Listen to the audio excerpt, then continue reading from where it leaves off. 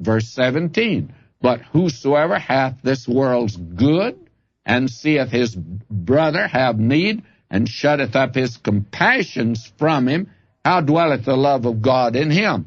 What he's saying here is that love actually is not a sentiment at all.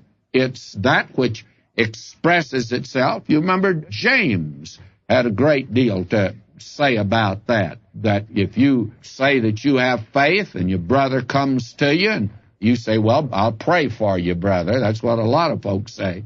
But the important thing is our love manifested in what we're doing. I think one of the most tragic things in the world will be for many believers to come into the presence of Christ and to have had this world's goods down here and have not used it for the cause of Christ.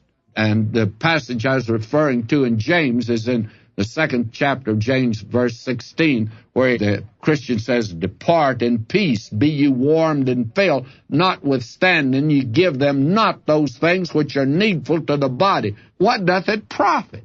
In other words, you may talk about loving, but loving actually, love's not made in the parlor or the bedroom. Love is made in the kitchen. Here's a man that goes out, leaves home 5 o'clock in the morning. And you say to him, where are you going? He says, I'm going to work. Well, why are you going to work? I got a wife and 2 children to feed. Well, you say, I wouldn't worry about them. Well, you're not going to make a fool of yourself and go out there and just kill yourself just working for them. He said, I sure am. I love them. They're mine. And then you go into the kitchen, and there's that wife up in the morning. She's burned her fingers there, taking those hot biscuits out of the oven.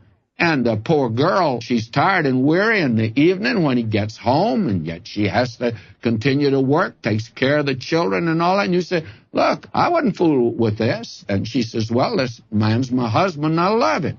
Said, I wouldn't bother with it. Well, may I say to you, friends, love's going to get in action.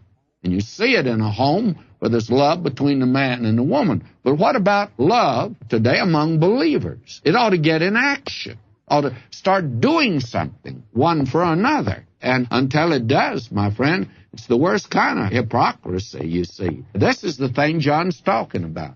And you don't get this in little courses today.